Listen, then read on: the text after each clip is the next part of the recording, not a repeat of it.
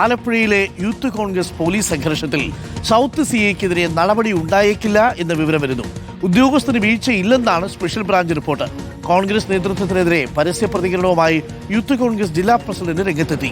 അടികൊള്ളാനും സമരം ചെയ്യാനും നടന്നവരെയും അപമാനിച്ചാൽ ഭരണവിലാസം സംഘടനയായി ഒതുങ്ങി നിൽക്കില്ലെന്നാണ് മുന്നറിയിപ്പ്.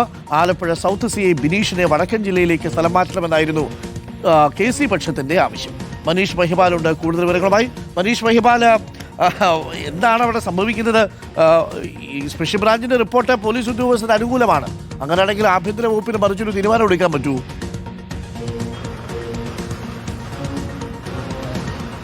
അതെ അരുൺകുമാർ, ഈ കഴിഞ്ഞ ദിവസം ഡൽഹി സമരത്തിൽ ഐക്യദാർഢ്യം പ്രഖ്യാപിച്ചുകൊണ്ടായിരുന്നു യൂത്ത് കോൺഗ്രസിന്റെ പോസ്റ്റ് ഓഫീസിലേക്കുള്ള മാർച്ച്. ആ മാർച്ചിനിടയിൽ KC അനുകൂലികളായിട്ടുള്ള നേതാക്കൾക്ക് പോലീസിന്റെ ഭാഗത്തുനിന്ന് ബലം പ്രയോഗിച്ച് അവരെ വലിച്ചിഴിച്ചു എന്നുള്ള പരാതി വന്നു.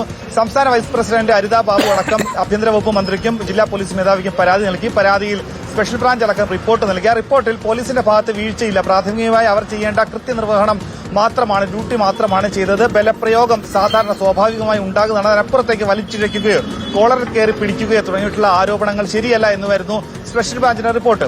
ഇപ്പോഴിതാ അതിലാണ് യൂത്ത് കോൺഗ്രസിൽ വലിയ പോര് മുറുകുന്നത്. അതായത് ആഭ്യന്തര വകുപ്പ് മന്ത്രി രമേശ് ചെന്നിത്തലയും ACC general secretary KC Venugopal പോലും ഈ വിഷയത്തിൽ രണ്ട് തട്ടിലാണെന്നാണ് ഏറ്റവും പ്രധാനപ്പെട്ട കാര്യം.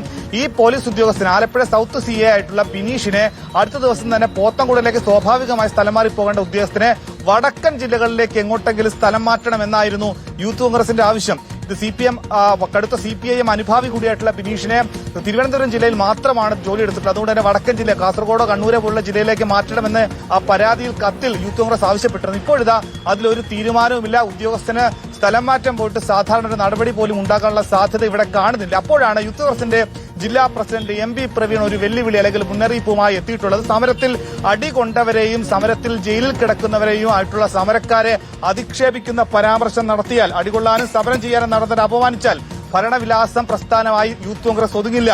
ചോദ്യം ചെയ്യേണ്ടവ ചോദ്യം ചെയ്യാനുള്ള ആർജവം ആർക്കും പണയം വെച്ചിട്ടില്ല. കൂടെ നിന്ന് യൗവനം കളഞ്ഞു പണിയെടുത്ത ചെറുപ്പക്കാരെ അധികാരവും നിയമനങ്ങളും വരുമ്പോൾ കാണാതെ പോകാൻ യൂത്ത് കോൺഗ്രസ് ജില്ലാ പ്രസിഡന്റ് നിലയിൽ സാധിക്കില്ല.